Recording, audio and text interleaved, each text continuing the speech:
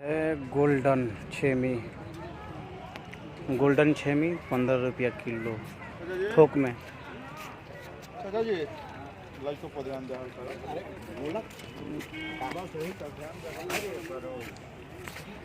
भारी तादाद में है। ये हरा छेमी है,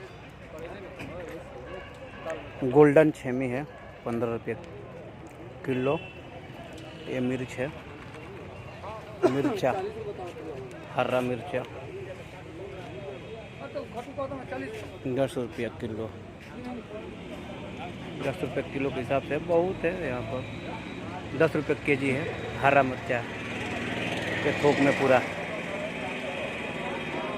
जिला बलिया बहुत है। यहाँ पर ट्रक से लाद के जाता है बंगाल, बाहरी देश में जाता है। यहाँ से माल लाद कर बहुत माल है। उधर भी माल है पूरा, देख सकते हैं पूरा माल ही माल है।